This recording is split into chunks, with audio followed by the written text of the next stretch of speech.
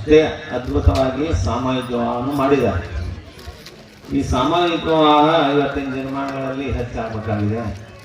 ಮೇಲಾಗಿ ಯಾರೂ ರೈತರಿಗೆ ಕನ್ಯೆ ಕೊಡ್ತಾ ಇಲ್ಲ. ನಮ್ಮ ಕಡೆ ಅಂತ ಅಮಾಸಿಗೊಮ್ಮ ಒಂದು 2,000-3,000 ಜನ ಹುಡುಗರು ಬಂದಿರ್ತಾರೆ. ಕನ್ಯೆ ಸಿಗುವಂತ್ರಿ ಅಪ್ಪರ ಅಂತ ನಾ ಏಜೆಂಟ್ ಅಂಡ್ಲೆ ಮಗನ ಅಂತೀನಿ. ಹೌದಿಲ್ಲ, ನಾವು ಒಂದು ಸ್ವಲ್ಪ ಉತ್ತರ ಕನ್ನಡ ಭಾಷೆ ಮಾತಾಡ್ತೀನಿ. ಮತ್ತೆ ಬೇರೆ ಹೊಡ್ಕೊಬಾರ್ದು, ಮತ್ತು ಮುಂದಿನ ಸರಿ ಕಸದ ಬಿಟ್ಟಿರ್ತೀನಿ. ನಮ್ಮ ಭಾಷೆ ನಮ್ಮ ಗಂಡು ಬಂಟಿದ ನಾಡಿನ ಭಾಷೆ ಹಿಂಗೆ ಮಾತಾಡ್ತೀವಿ. ಆದರೆ ಏನಪ್ಪ, ರೈತರಿಗೆ ಕನ್ಯಾ ಕೊಡಬೇಕು ಅಂತೇಳಿ ಮೊನ್ನೆ ಒಂದು ಭಾಷಣದಲ್ಲಿ ಹೇಳಿದ್ದೀನಿ ನಾನು. ಯಾರು ರೈತರಿಗೆ ಕನ್ಯಾ ಕೊಡ್ತಾರೋ ಅವರಿಗೆ ಕನಿಷ್ಠ 2 ಲಕ್ಷ ರೂಪಾಯಿ ಧನ ಸಹಾಯವನ್ನು ನೀಡಬೇಕಂತ ಸರ್ಕಾರಕ್ಕೆ ಒತ್ತಾಯ ಮಾಡಿದವ ನಾನು. ಅದು ಮುಂದಿನ ದಿನಮಾನಗಳಲ್ಲಿ ಬರಬೇಕು.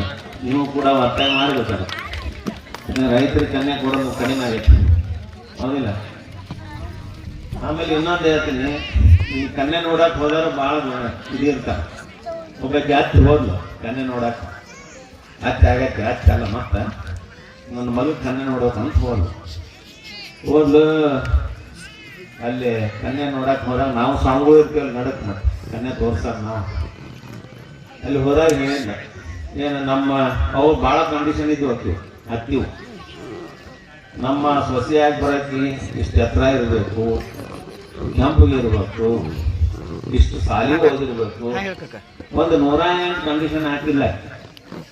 ಎಷ್ಟು ಹಾಕಿಲ್ಲ? 108 ಕಂಡೀಷನ್ ಹಾಕಿಲ್ಲ. ಹಾಕಿ ಹೋಗಾರ್ ಬಿಟ್ಟಿಲ್ಲ. ಯಾರು ಕನ್ಯೆ ಹಾಕಿ ಸೊಸೆಯಾಗಿ ಹೋಗಕ್ಕೆ.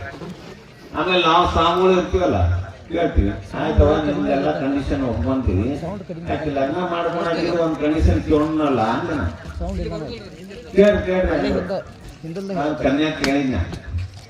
ನೋಡುವ ಈಗಂತೂ ಅವ್ರದ್ದು ಕಂಡೀಷನ್ ಐತಿ, ನಿಂದೇನು ಕಂಡೀಷನ್ ಐತೆ ಅಂತ ಕೇಳಿದ್ನ.